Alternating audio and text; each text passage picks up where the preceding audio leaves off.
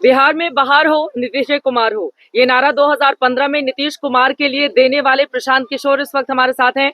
बेगूसराय जिले के कटरमाला में हम मौजूद हैं। चारों तरफ आप देख रहे हैं खेत खलिहान है, पास में इनकी सभा चल रही है। खूब मेहनत कर रहे हैं। 120 विधानसभा अब तक कवर कर चुके हैं, लेकिन आगे की इनकी राह क्या होगी। और साथ ही ये जो बहुत बड़ा बदलाव हुआ है नीतीश कुमार के नेतृत्व में, एक बार फिर से उसको लेकर प्रशांत किशोर क्या सोचते हैं, इस पर बातचीत करते हैं। आपका बहुत स्वागत है आज तक पर। धन्यवाद। नीतीश कुमार जी एक बार फिर से पलट गए और एनडीए के साथ आ गए। अब वो दावा कर रहे हैं कि बिहार को नई ऊंचाइयां देंगे। नहीं, नीतीश कुमार जी फिर से पलट गए ये तो कोई खबर है नहीं। वो तो हर पीरियोडिकली 6 महीने 8 महीने साल भर पे पलटते ही रहते हैं। खबर ये है कि नीतीश कुमार ने अपने साथ साथ देश और बिहार के उन नेताओं की भी कलई खोल दी जो नहीं पलटने का दावा करते रहे। खबर ये है कि कल मोदी जी और अमित शाह के नेतृत्व वाली भाजपा भी पलट गई, क्योंकि अभी कुछ ही महीने पहले आकर अमित शाह ने यहाँ कहा था कि एक एक बिहार की जनता को मैं आश्वस्त कर रहा हूँ कि नीतीश कुमार के लिए भाजपा के दरवाजे हमेशा के लिए बंद हो गए।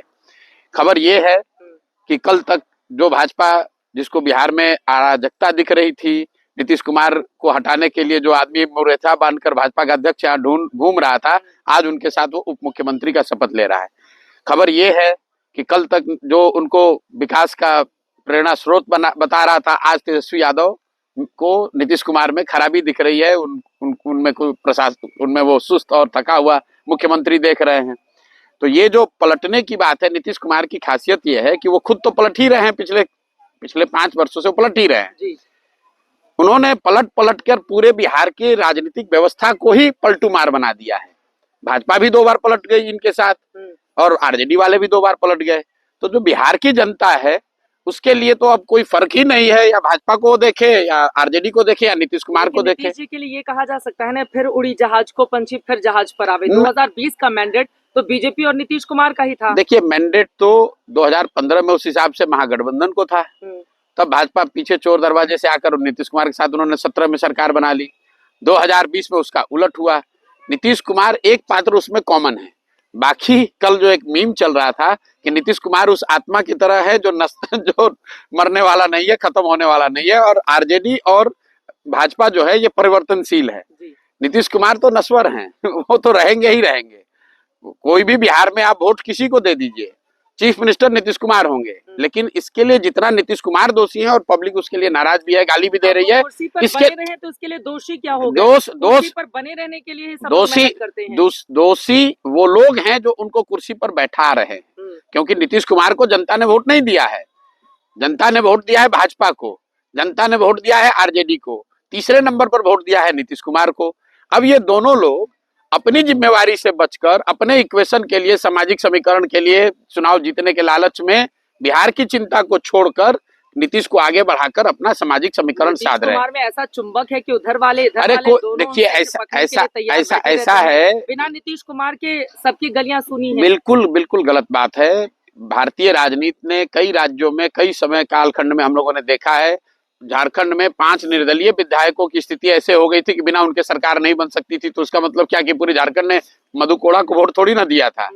नीतीश कुमार जी इस पूरी परिस्थिति का लाभ उठा रहे हैं, और मैंने कल भी कहा कि विशुद्ध तौर पर राजनीतिक धूर्तता कर रहे हैं।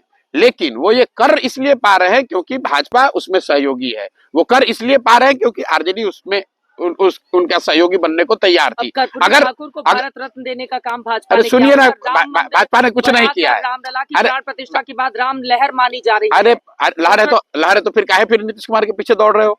लहर है तो उसी लहर के आधार पर लड़ लेते चुनाव। फिर क्यों इतना झूठ मूठ का बकवास कर रहे हो? गठबंधन को भी तो इन लोगों को सबक हाँ, ये ठीक बात है कि आपने ये बात ठीक कही। भाजपा के केंद्रीय नेतृत्व ने इंडिया गठबंधन को तोड़ने के लिए, राष्ट्र के स्तर पर राजनीतिक फायदा उठाने के लिए बिहार और बिहार के हितों के, बिहार के बच्चों के भविष्य को बलि चढ़ा दिया। जिस तरीके से किसी जमाने में कांग्रेस लालू जी के कामकाज को ध्यान में न देकर सिर्फ 10, 20, 25 सांसदों के लालच में बिहार की उन्होंने चिंता नहीं की। उनको इससे मतलब था कि लालू जी के साथ गठबंधन करके 20-25 सांसद हमारे आ जाएं। बिहार अगर कत्लखाना में जाता है तो जाए, दिल्ली में बैठ के बिहार के लोगों का हंसी उड़ाएं, कहें कि ये तो बड़ा पिछड़ा राज्य है, जातियों में बटा हुआ राज्य है, और वहीं से 20-25 सांसद भी चाहिए।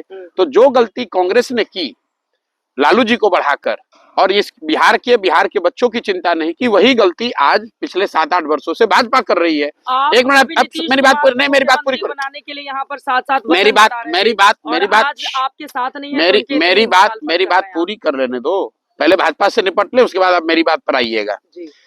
भाजपा पिछले 7-8 वर्षों से नीतीश कुमार को बिहार पर थोप रही है, क्योंकि बिहार की जनता ने नीतीश कुमार को वोट नहीं दिया है। 2020 में बिहार में सबसे बड़ा दल भाजपा है, तो अगर आपको नीतीश कुमार के साथ भी गठबंधन बनाना है तो आप अपना मुख्यमंत्री बनाइए, और न भी बनाइए तो अगर आपका उप मुख्यमंत्री है तो जो बिहार को लेकर वादे किए गए हैं, बिहार में स्थिति, बिहार में अगर गरीबी है, पलायन है, तो उसकी जिम्मेवारी भी भाजपा को लेनी चाहिए। मुख्यमंत्री आप बनाइएगा और बिहार में जो बदहाली है उसका जिम्मा आप ठोकिएगा लालू जी के नाम पे। जंगल राज था, इस वजह से तंग होकर अभी अच्छे हो गए हैं, बीजेपी के साथ अभी अच्छे हो गए हैं। अभी आगे लॉ एंड ऑर्डर पे अरे आगे क्या, अभी पिछले 5 वर्ष से तो इन्हीं के साथ सरकार में थे। नीतीश बाबू 18 साल रहे हैं मुख्यमंत्री, उस 18 साल में 15 साल वो भाजपा के साथ रहे हैं। ये भाजपा वाले कहाँ किसको बेवकूफ बना रहे हैं। और मैं आपको, अरे सुनिए समीकरण की बात, मैं आपको एक चीज लिख के दे रहा हूँ, कैमरे पे बता रहा हूँ आपके दर्शकों को। इस निर्णय का बहुत बड़ा राजनीतिक खामियाजा बिहार विधानसभा चुनाव में भाजपा को उठाना पड़ेगा। जिस तरह इसलिए भुगतेगी, जिस तरह कांग्रेस को लोगों ने बर्बाद कर दिया बिहार में, क्योंकि लोगों ने कहा कि लालू यादव की ताकत नहीं थी कि बिहार में ये कर सके, उसको कांग्रेस की मदद से लालू यादव कर पाए। उसी तरह बिहार की जनता आज ये देख रही है कि नीतीश अपने दम पर बिहार नहीं जीत सकते, मुख्यमंत्री नहीं बन सकते हैं। इन नीतीश कुमार को हम लोग पर थोप रही है भाजपा, तो इसलिए दोष भाजपा का है और भाजपा को इसकी कीमत चुकानी पड़ेगी। आप ये मेरा विश्लेषण रिकॉर्ड करके रखिए, और विधानसभा में भाजपा को इसकी भारी कीमत अगर न चुकानी पड़े तो आप मेरा गर्दन पकड़ लीजिएगा, और आप किसी भी सामान्य भाजपा के कार्यकर्ता समर्थक से जाके बिहार में बात कीजिए। वो कैमरे पे तो नहीं कहेगा डर के मारे, लेकिन ऑफ द रिकॉर्ड वो यही कहेगा कि नहीं, प्रशांत किशोर जो कह रहे हैं वो ठीक बात है। नीतीश कुमार के बड़े हितैषी बन रहे हैं। अरे हम कहा भाजपा की हितैषी, हम क्यों हितैषी बनेंगे? हम तो आकलन करके आपको बता रहे हैं कि ये लोगों को लग रहा है दिल्ली में बैठ के कि कोई भाजपा ने बहुत बड़ा तीर मार लिया है। तीर उन्होंने इस नायते मार लिया कि जो इंडिया गठबंधन बनाने वाले लोग थे उनको उन्होंने थोड़ा छितर बितर कर दिया। लेकिन जहां तक बिहार का सवाल है, बिहार में भाजपा की स्थिति का सवाल है, तो वो जितनी बुरी थी उससे और बदतर हो जाएगी। और मैं आपको फिर रिपीट कर दे रहा हूं, ये आपको बिहार विधानसभा चुनाव में दिखेगा, उसके परिणामों में दिखेगा। 2020 के चुनाव में एक सीट ज्यादा थी, आरजेडी की एक सीट कम थी, 74-75 पे थे। नहीं ऐसी बात नहीं है, बीजेपी और ठीक बात है। हाँ। इनके ये तो बीजेपी इतनी बुरी कंडीशन में कहाँ है? नीतीश कुमार के साथ चुनाव लड़ती है बीजेपी, तो बिल्कुल स्वीप कर जाती है। किसने कहा स्वीप किया भाई? 2015 में यही अहंकार में ये लोग आए थे। 55 सीट भाजपा को टोटल आया था बिहार में, और अकेले नहीं लड़े थे भाई। उस समय भी हम के साथ थे, चिराग पासवान के साथ थे, उपेंद्र कुशवाहा के साथ थे। अकेले कभी उनका लड़ने का दम नहीं है। नीतीश जी नहीं साथ में, सुन तो लो मेरे भाई, पिछली बार नीतीश जी साथ में थे तो भी भाजपा को 19.6% बिहार में वोट आया है। तो आप लोग भाजपा को बिहार में इतना बड़ा तोप दल बताइए मत। बिहार में भाजपा को पिछले विधानसभा चुनाव में जब वो नीतीश के साथ चुनाव लड़े तो उनको, आपके दर्शकों को, इंडिया भर के दर्शकों को बता रहा हूं, 19.6% वोट बिहार में भाजपा को आया था। उनकी इतनी ताकत है, और वो अब और खराब होगी। नीतीश को वो चेहरा बनाकर अगर लड़ते हैं तो उनकी हालत इससे भी बदतर होगी। क्या है उनके पास? अब नहीं है तो आप वो जाने, हम कोई भाजपा को आगे बढ़ा रहे हैं। अरे भाई अब जिसको बढ़ाना, देखिए वो उधर एक भूमिहार चेहरे को आगे, अरे वो जिसको बढ़ाना है बढ़ाएं, वो हमारी चिंता का कारण नहीं है। आपने पूछा कि कल जो हुआ है उस राजनीतिक घटना पर मैं टिप्पणी कर रहा हूं, इसका सबसे बड़ा खामियाजा भाजपा को होगा, इसलिए कि नीतीश कुमार तो पहले से ही खत्म थे राजनीतिक तौर पर। नीतीश कुमार तो पहले से ही मरे हुए सांप हैं। उसको जो भी अपने गले में डालेगा वो बैठ जाएगा। नीतीश कुमार तो खुद डूबे हुए हैं, जो उनको साथ लेगा उसको भी डुबा देंगे। कहाँ डूबे हैं? वो इधर जाते हैं तो आरजेडी वाले मजबूत हो जाते हैं, इधर जाते हैं बीजेपी वाले हो जाते हैं। किस इलेक्शन में ऐसा दिखा? किसी इलेक्शन में ऐसा नहीं दिखा। नीतीश कुमार को, आपको कुछ बिहार के राजनीति का अंदाजा नहीं है।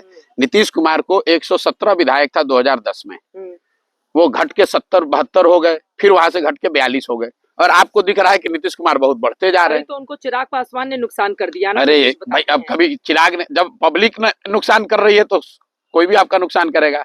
नीतीश कुमार को आज ना उनकी कोई राजनीतिक ताकत है, ना उनका संगठन है, ना उनका वोट है। नीतीश कुमार अगर आज अकेले चुनाव लड़े तो उनको 6 से 7% वोट है, ये भाजपा को भी मालूम है। अब भाजपा ये चाहती है कि जो मुझे 20-25% वोट है उसमें 7% जुड़ जाए ताकि हमारी नैया पार लग जाए लोकसभा में वो होगा भी। बीजेपी को कैसे नुकसान हो रहा है? बीजेपी को नुकसान ऐसे हो रहा है क्योंकि वो भी उतने ही बड़े पलटूमार साबित हो गए जितने बड़े पलटूमार नीतीश कुमार हैं। बीजेपी को नुकसान ऐसे हो रहा है क्योंकि बिहार में जो कुशासन है, जो कुप्रबंधन है, बेरोजगारी है, लाचारी है, पलायन है, उसमें जितना नीतीश कुमार दोषी है उस सहयोगी के तौर पर भाजपा भी उसमें दोषी है। और भाजपा ज्यादा दोषी इसलिए है कि नीतीश कुमार ये कर पा रहे हैं क्योंकि भाजपा उनकी मदद कर रही है, उनको कुर्सी पर बैठाए हुए। लेकिन यहाँ पर अगर भाजपा अगर नहीं करती, राष्ट्रपति शासन लागू कर दो, चुनाव कराओ फ्रेश। अब ये तो मतलब आप, अरे वाह, अरे दूसरा मैंडेट का नहीं हो जाएगा। अरे बाप रे, भाजपा वाले और आप कह रहे हैं राष्ट्रपति शासन।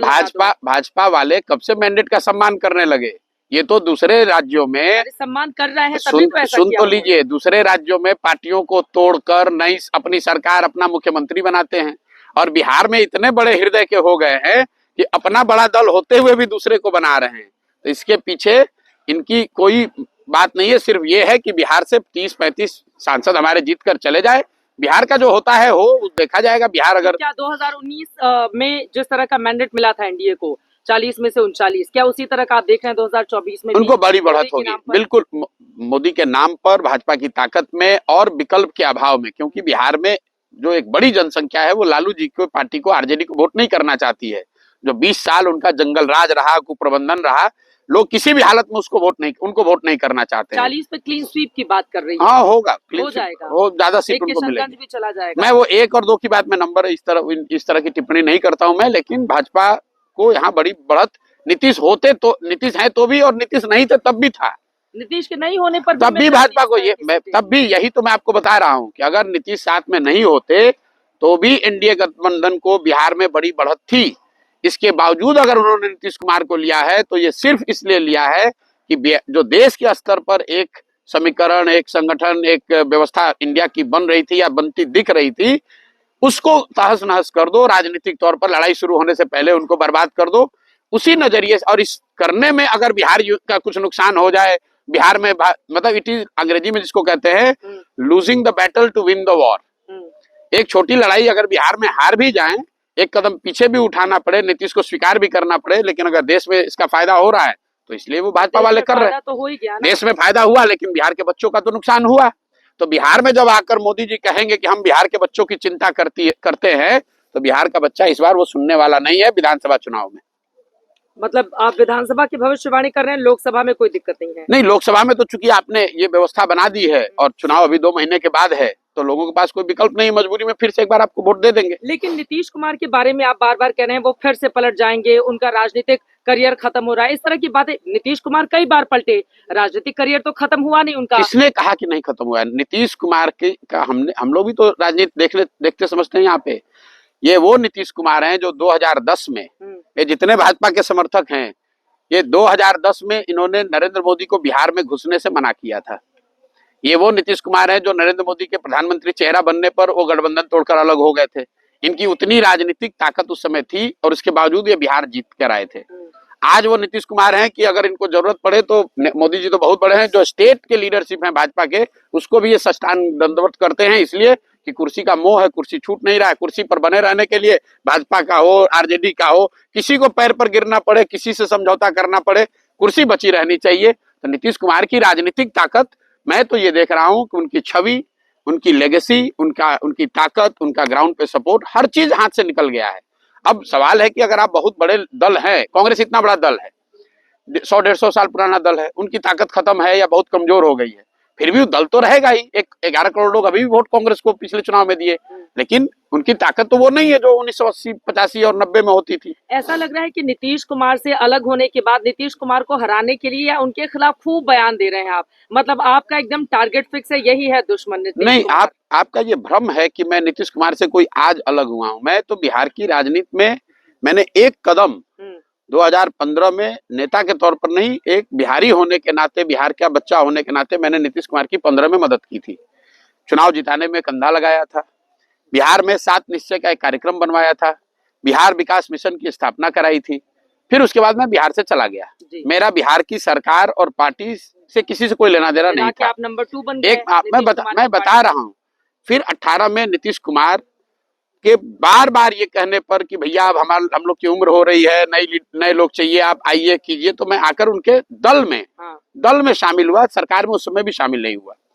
दल में आने के बाद सीए एनआरसी के नाम पर उन्होंने गलत बयानी की, गलत एक्शन किया। पार्टी में निर्णय हुआ था कि इसके खिलाफ में हम लोग हैं। नीतीश कुमार का जो अपना स्वभाव है, जाके पार्लियामेंट में उसके पक्ष में वोट किए। हमको फोन पर ये समझा रहे हैं कि अरे हम लोग तो पार्लियामेंट में वोट कर दिए, हमको पता नहीं चला, बिहार में हम लोग लागू नहीं करेंगे। तो मैंने उसके बाद पार्टी छोड़ दिया, उन्होंने हटा दिया मुझे। फिर उसके बाद मेरा बिहार की राजनीति से कोई लेना देना नहीं है।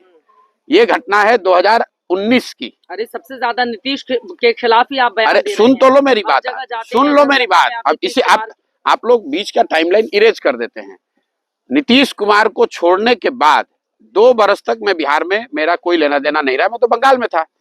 2021 में जब मैं यहाँ आया हूँ, तब मैंने ये तय किया है कि मैं एक नई व्यवस्था बना रहा हूँ, नया प्रयास कर रहा हूँ। बिहार की जनता की स्थिति को समझने, जोड़ने, समझाने, नया दल, नया विकल्प बनाने का प्रयास करेंगे।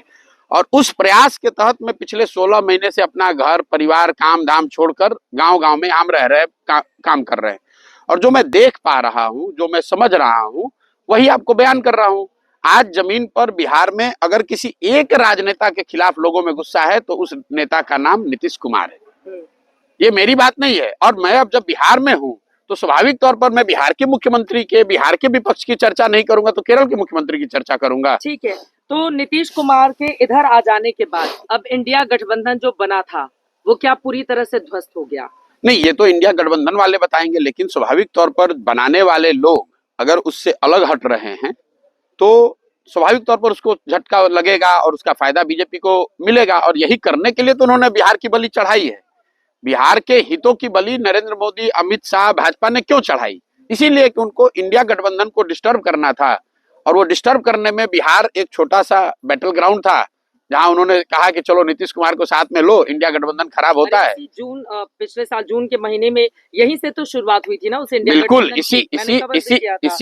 इसीलिए तो बिहार के हितों की बलि देकर, अपने बात से पलटकर, आप मुझे ये बता दीजिए कि आप लोग भी तो कल वीडियो देख रहे होंगे, अमित शाह जी जब नीतीश जी गए थे इंडिया गठबंधन बनाने, महागठबंधन बनाने, उसके बाद अमित शाह जी यहाँ आए थे, उनसे किसी पत्रकार ने तो पूछा नहीं था। वो खुद खड़े होकर हल्ला कह रहे थे कि भैया एक एक आदमी बिहार के तुम लोग याद कर लो, लिख लो, नीतीश कुमार के लिए हम लोग का दरवाजा बंद हो गया है। अब लोग मजाक कर रहे हैं कि अमित शाह ने दरवाजा तो बंद कर दिया था, खाली छिटकिनी लगाना भूल गए थे। अब छिटकिनी नहीं लगाए थे इसलिए फिर से वापस आ गए। ये आप जिस नेता की बात कर रहे हैं कि इन्होंने एक मुरेठा बांधा था, सम्राट चौधरी, कि मैं जब नीतीश कुमार को हटा दूंगा पद से तब ये मुरेठा खोलूंगा। कल सुबह हटा ही दिया जाके उन्होंने, कल बेचारे, हाँ, कल बेचारे जाकर उप मुख्यमंत्री बनने के लालच में अब मुरेठा और अपना सर दोनों को कुर्बान कर दिया उन्होंने। पहले तो मुरेठा खोलने वाले थे हराने के बाद, खुश दिखाई दे रहे थे डिप्टी सीएम। हाँ बिल्कुल, अब उनके जीवन का यही लक्ष्य है कि डिप्टी सीएम बन जाए बिहार का। अरे भाई कोई नए नेता थोड़े ना है सम्राट चौधरी, पिछले मंत्रिमंडल में भी मंत्री थे, कौन सा इन्होंने तोप मार लिया। इनके बाबूजी पिछले, आपके दर्शकों की जानकारी के लिए बता दूं, ये भाजपा वाले बड़ी बात करते हैं परिवारवाद की। कौन है सम्राट चौधरी? सम्राट चौधरी के बाबूजी शकुनी चौधरी कांग्रेस में विधायक मंत्री थे, लालू जी की सरकार थी उसमें भी विधायक मंत्री थे, मांझी जी जब मुख्यमंत्री बने तो उसमें भी विधायक मंत्री थे, नीतीश जी की सरकार थी तो उसमें भी विधायक मंत्री थे। आज भाजपा का जुगाड़ लगा है तो भाजपा में आके बन गए हैं। ऐसा आप लोग बात कर रहे हैं जैसे नए नेता कोई ऊपर से अवतरित हुए हैं, समाज के लिए इन्होंने कुछ किया है जिनको भाजपा बढ़ा रही है। भाजपा भी तो वही कर रही है जो दूसरे दल वाले कर रहे हैं। अच्छा, एक चीज और बताइए, नीतीश कुमार जब से सीएम बने हैं, पहले वो आरजेडी पे बहुत ज्यादा वार करते थे, लेकिन अभी उनके निशाने पर कांग्रेस कहीं ज्यादा है। इसके पीछे उनकी बदली हुई क्या रणनीति? अरे उनकी कोई रणनीति नहीं है, उम्र हो गया है, घबराए हुए हैं, कभी इधर कभी उधर। उनकी अब एक प्राथमिकता रह गई है कि भाई किस तरह जितने दिन संभव है जुगाड़ लगाकर सीएम बने रहें। इसके अलावा नीतीश कुमार की कोई राजनीतिक ना कोई बहुत बड़ी सोच बची है, ना उनकी कोई क्षमता बची हुई है। राजनीति का ये अंतिम दौर उनका चल रहा है। हम ये पिछले 7 महीने से कह रहे हैं, ये आप लोग को कल बड़ी घटना लग रही है। हम तो 7 महीने से कैमरे पर रोज बता रहे हैं कि नीतीश कुमार का ये राजनीति करने का तरीका है। और मैंने ये भी कहा है कि आप लोकसभा चुनाव होने दीजिए, फिर नीतीश कुमार या तो खुद भागेंगे या भाजपा वाले इनको हटा देंगे। अगला विधानसभा चुनाव, मैं कैमरे पे कह रहा हूं, अगला विधानसभा चुनाव नीतीश कुमार एज ए मुख्यमंत्री इनके चेहरे पर नहीं होगा। भाजपा का ये दम नहीं है, और अगर दम है तो भाजपा वाले ये घोषित कर दे खाली कि भाई नीतीश कुमार ही बिहार के अगले सीएम होंगे और कह के चुनाव लड़ लें, आपको दिख जाएगा उनकी औकात कितनी है, कितनी बड़ी उनकी आप ताकत भी है। कह रहे हैं कि 25 में नीतीश कुमार के बगैर बीजेपी जाएगी और अगर जाती है तो फिर बहुत बड़ा नुकसान एनडीए गठबंधन को होगा ना, बिहार में। उल्टा आपने सुन लिया, मैंने कहा कि नीतीश कुमार के साथ वो जाएंगे ही नहीं, नहीं जाएंगे, क्योंकि उतनी समझ उनको है कि नीतीश कुमार के साथ अगर गए, वो तो नेचुरल अलायंस बताते हैं। अरे कल जेपी नड्डा अरे जी ने अरे बताया है। चलिए, नड्डा जी को कितनी बिहार के पॉलिटिक्स की समझ है, वो छोड़िए ना आप बात। नड्डा जी के कहने से क्या होता है? नड्डा जी तो पिछले चुनाव में भी आके बड़ा यहाँ प्रचार किए थे, कई वो सीट आया, 125 आते आते दम फूल गया। नड्डा जी कहने से कुछ नहीं होता है, ये अलायंस जेडीयू भाजपा का है। लेकिन मैं ये कह रहा हूं कि मुझे नहीं लगता है कि नीतीश कुमार को चेहरा बनाकर ये अलायंस अगला विधानसभा चुनाव लड़ेगी। या तो नीतीश खुद भाग जाएंगे या भाजपा इनको हटा देगी। नीतीश के चेहरे पर अगला चुनाव नहीं होगा, और अगर होगा तो उसका सबसे बड़ा खामियाजा भाजपा को, एनडीए को होगा। और मैं ये चुनौती भी दे रहा हूं कि अगर आप मेरे बात से इत्तेफाक नहीं रखते हैं तो भाजपा के नेता, शीर्ष नेतृत्व ये घोषित कर दे खाली कि भाई अगला विधानसभा चुनाव नीतीश जी के चेहरे पर, जैसे उन्होंने 2020 में कहा था वैसे 2025 में कह दे कि अगला चुनाव नीतीश जी के चेहरे पर लड़ा जाएगा। खाली वो इतना कह के दिखा दे। आप अमित शाह जी से ये बयान दिलवा दीजिए कि, या नड्डा जी कह दे ये बात कि भाई अगला चुनाव एनडीए नीतीश जी के चेहरे पर, मुख्यमंत्री के चेहरे के तौर पर लड़ेगी, ये कह के दिखवा दीजिए आप। दम नहीं है उनका कहने का, कह के दिखाए। ठीक है। न्याय यात्रा कांग्रेस पार्टी की राहुल गांधी के नेतृत्व में बिहार में प्रवेश कर चुकी है, कितना असर डालेगी? मुझे नहीं पता, मैं तो जानता ही नहीं हूँ। तो अभी आए हैं 2-4 दिन, अपनी शायद उनकी यात्रा है, पूर्णिया कटिहार वाले एरिया में है। अब वो अपना काम कर रहे हैं, हर दल को, हर नेता को अधिकार है अपना काम करने का। भारत जोड़ो यात्रा से कर्नाटक में फायदा हो गया था, दक्षिण में थोड़ी मजबूती मिली थी, लेकिन क्या इससे आपको लग रहा है कि... नहीं, आप अगर सिर्फ यात्राओं से ही आप सीधा, कोई कोरिलेशन नहीं है चुनाव परिणामों का। अगर ऐसा होता तो मध्य प्रदेश में भी उन्होंने भारत जोड़ो यात्रा की थी, गुजरात में, राजस्थान और छत्तीसगढ़ में भी पद यात्रा हुई थी। तो यात्राओं का सीधा चुनाव पर असर नहीं पड़ता है। यात्रा से, पब्लिक कॉन्टैक्ट से डेफिनेटली एज ए लीडर आपको कुछ फायदा होगा, हो सकता है, लेकिन चुनाव सिर्फ यात्रा और जन समर्थन का प्रतिफल नहीं है। चुनाव जीतने के लिए, चुनाव में लड़ने के लिए आपको जन समर्थन के साथ साथ कई और बातें साथ में क्या करनी समझ में आ रही है, लेकिन चुनाव के मद्देनजर ही तो ये न्याय यात्रा नहीं। देखिए, आप जिस मद्देनजर भी यात्रा निकालिए, यात्रा से आप अपनी बात जनता तक पहुंचा रहे हैं, जनता से जुड़ रहे हैं, जनसंपर्क कर रहे हैं। जनता कितना उसको मान रही है, और अगर मान भी जाए तो भी उसके लिए आपके पास प्रत्याशी होना चाहिए, संगठन होना चाहिए, आपकी वो व्यवस्था होनी चाहिए कि उस जन समर्थन को आप वोट में कन्वर्ट कर सकें। भविष्य क्या देख रहे हैं कांग्रेस पार्टी का? 3 राज्य अब हमारी क्या विषाद है कि मैं कांग्रेस के भविष्य पर कोई चर्चा करूं, लेकिन स्वाभाविक तौर पर जो अभी दिख रहा है, 85 के बाद से कांग्रेस की जो स्थिति है वो तो सेकुलर डिक्लाइन में है। कांग्रेस इतनी बड़ी पार्टी होने के बाद भी लगातार घट रही है। अब देश में सिर्फ उनके 3 राज्यों में सरकार बची हुई है। निश्चित तौर पर उनके लिए कठिन समय है, कठिन दौर है, लेकिन मैं उन लोगों में से नहीं हूं जो ये मानता है कि कांग्रेस देश से खत्म हो जाएगी। कांग्रेस किसी न किसी फॉर्म में देश में रहेगी।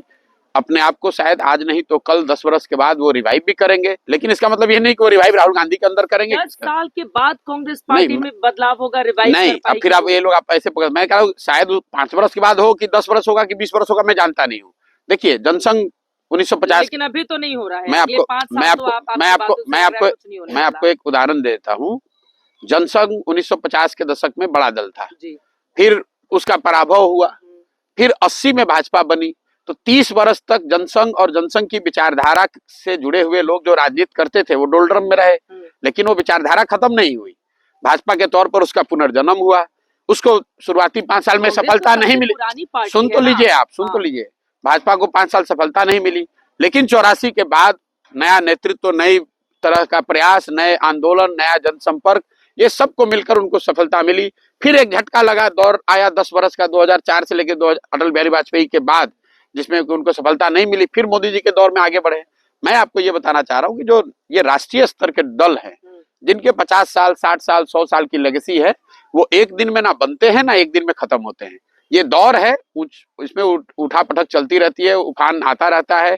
कभी आपके पराभव के भी दिन हो सकते हैं। मतलब अभी लेकिन अच्छे दिन कांग्रेस के इतनी जल्दी नहीं आने वाले हैं। नहीं आ सकते, इसलिए नहीं आ सकते हैं कि मतलब ये गिरावट भी बहुत लंबे समय में आई है, तो इससे उठने के लिए भी कांग्रेस को लंबा और बेहतर प्रयास करने की जरूरत है।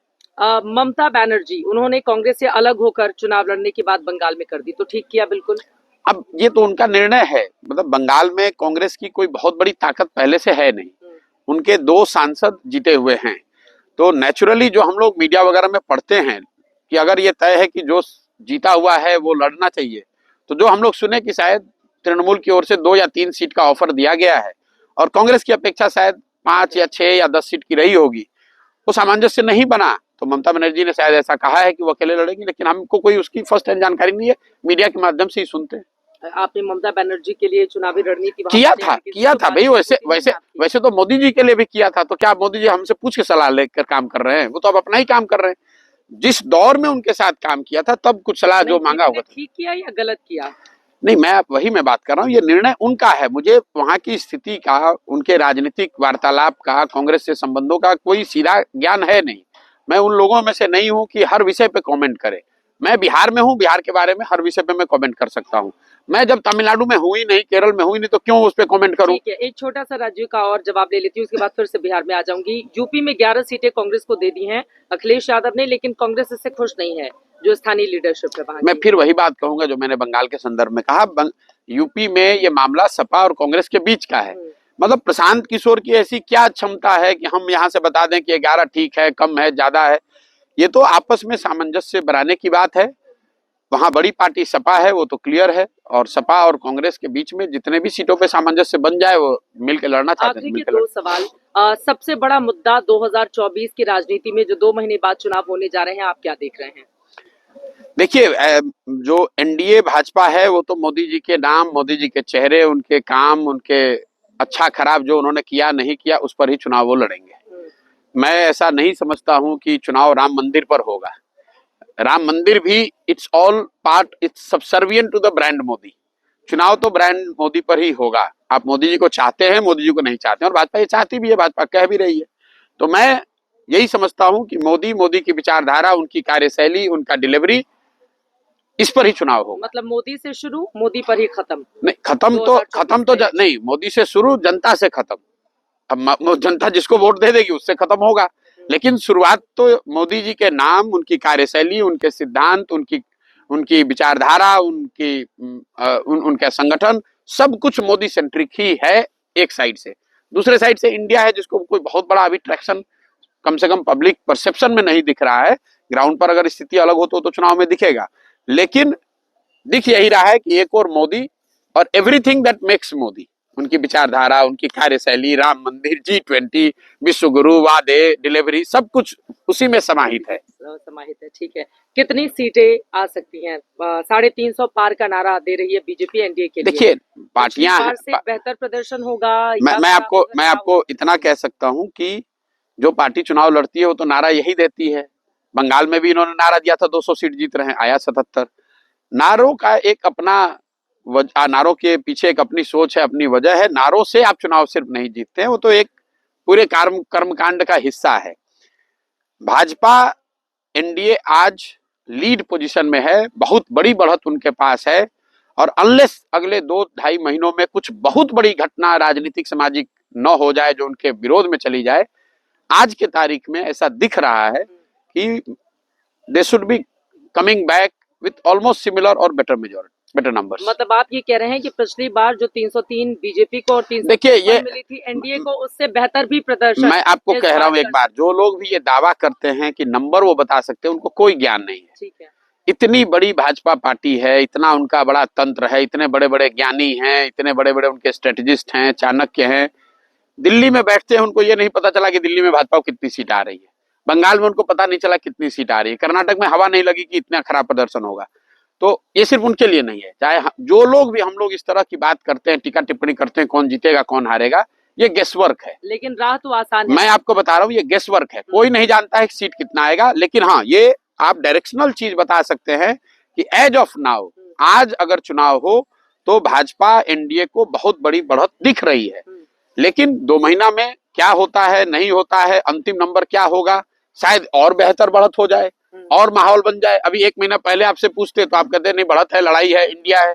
1 महीना में राम मंदिर आ गया, इंडिया कोलैप्स होता हुआ दिख रहा है, तो शायद इनकी बढ़त और बढ़ गई। तो आप और हम जानते नहीं है कि अगले 2 महीने में और क्या होगा, लेकिन आज की तारीख में उनको बड़ी बढ़त है। जो नंबर उनके पास पहले से है उस नंबर के इर्द गिर्द या उससे थोड़ा बेहतर वो नंबर आता हुआ दिख रहा है। चलिए, बहुत शुक्रिया आपका प्रशांत किशोर जी आज तक से जुड़ने के लिए और बहुत बहुत तमाम विषयों पर बातचीत करने के लिए। अब इनके दावे में कितना दम है नीतीश कुमार को लेकर जो ये कर रहे हैं, इसके लिए थोड़ा सा इंतजार करना होगा, लेकिन जोश से भरे हुए हैं और इनकी भी जन स्वराज जो पद यात्रा है वो लगातार जारी है। हम भी कुछ हिस्सों में जाएंगे और देखते हैं कि लोगों का कितना समर्थन इनको मिल रहा है और बिहार की जनता क्या सोच रही है। अभी के लिए दीजिए इजाजत। देश और दुनिया की तमाम खबरों के लिए आप देखते रहिए आज तक।